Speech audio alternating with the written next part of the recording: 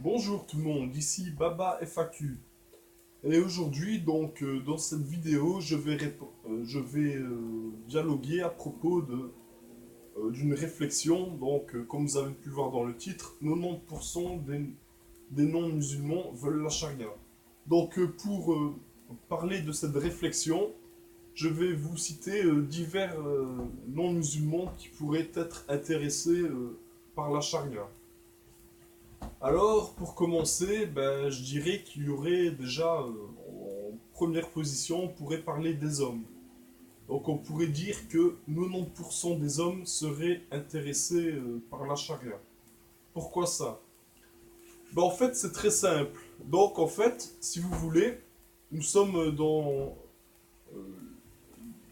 dans une période ostentatoire vis-à-vis de la jante féminine, c'est-à-dire que actuellement, en tout cas dans notre société occidentale, énormément de femmes s'habillent de manière provocante et, et régulièrement leurs charmes sont diffusés partout, hein. Vous vous promenez, vous allez voir une affiche avec une belle femme, vous allez regarder un film, vous allez voir une belle femme.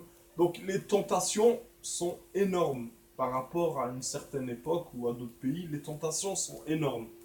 Alors bon, vous allez me dire, certains vont me dire, ouais, mais c'est bien quoi. D'ailleurs, il y a souvent une comparaison entre la femme voilée et bien habillée et la femme habillée, presque pas habillée et tout ça. Donc, vous allez me dire, ouais, mais c'est mieux une femme qui est habillée sexy et tout ça. Alors, j'ai envie de dire, pour 10% des hommes, c'est bien.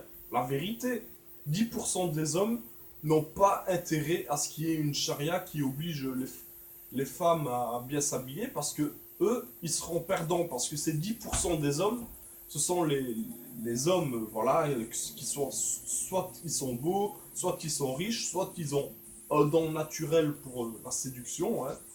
Mais alors eux, oui, c'est dans leur intérêt. Ils voient des belles femmes, ils voient une belle femme, ils peuvent avoir quelque chose avec.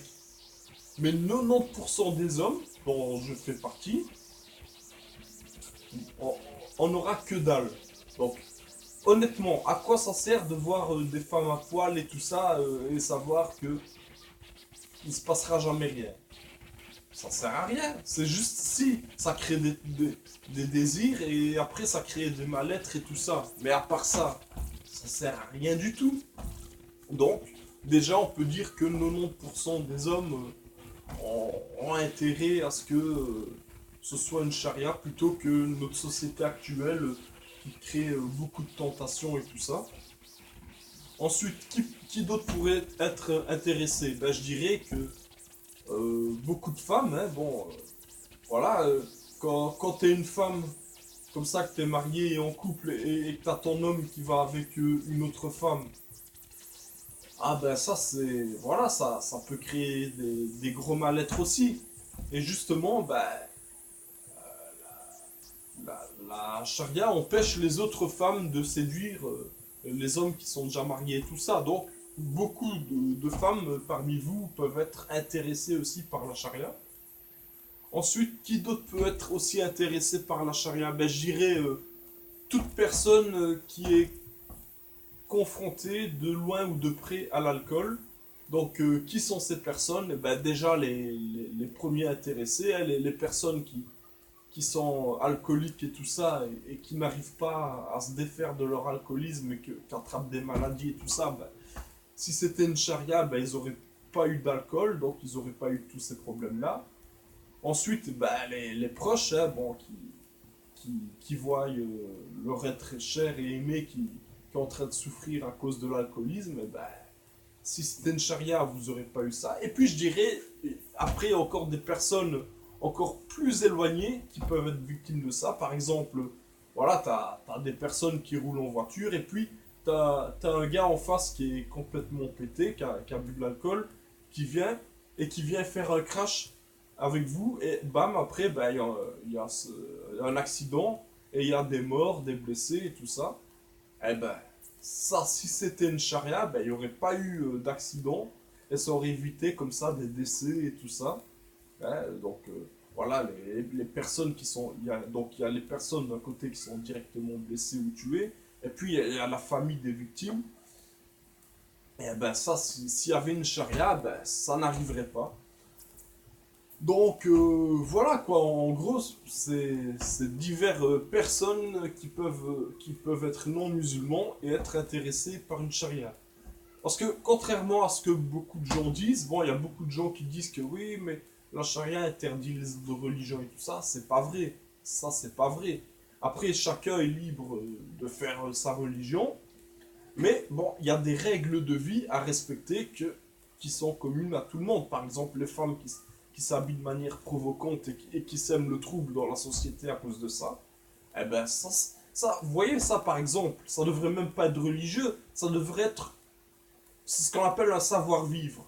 Dans un savoir-vivre, dans une société où il y a un savoir-vivre, tu t'habilles correctement, tu t'habilles pas n'importe comment, tu fais pas de provocation et tout ça. Ça devrait même, indépendamment de la religion, ça devrait exister. Mais malheureusement, à l'heure actuelle, je dirais qu'il n'y a que la charia qui propose réellement des solutions contre ça.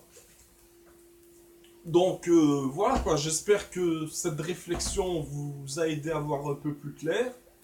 Et que même si je sais que beaucoup de gens se disent contre la charia, parce que bon, évidemment, ils sont contre la différence, parce que voilà, souvent les personnes qui sont musulmanes, c'est souvent des personnes issues de l'immigration et tout ça, alors ils sont contre l'immigration, alors ils commencent à s'attaquer comme ça à la charia. Et puis je sais qu'il y a beaucoup de gens qui disent qui sont contre parce qu'ils y connaissent rien. Donc maintenant voilà, moi je vous ai expliqué un peu le point de vue pour lequel des non-musulmans peuvent être intéressés. Donc j'espère que ça vous a aidé à voir un peu plus clair. Ce n'est en aucun cas une incitation à vous convertir ou quoi, c'est chacun sa religion, mais voilà, au moins vous comprenez pourquoi certaines règles issues de l'islam peuvent être très importantes dans une société. Voilà, j'espère que vous aurez aimé cette vidéo et à très bientôt.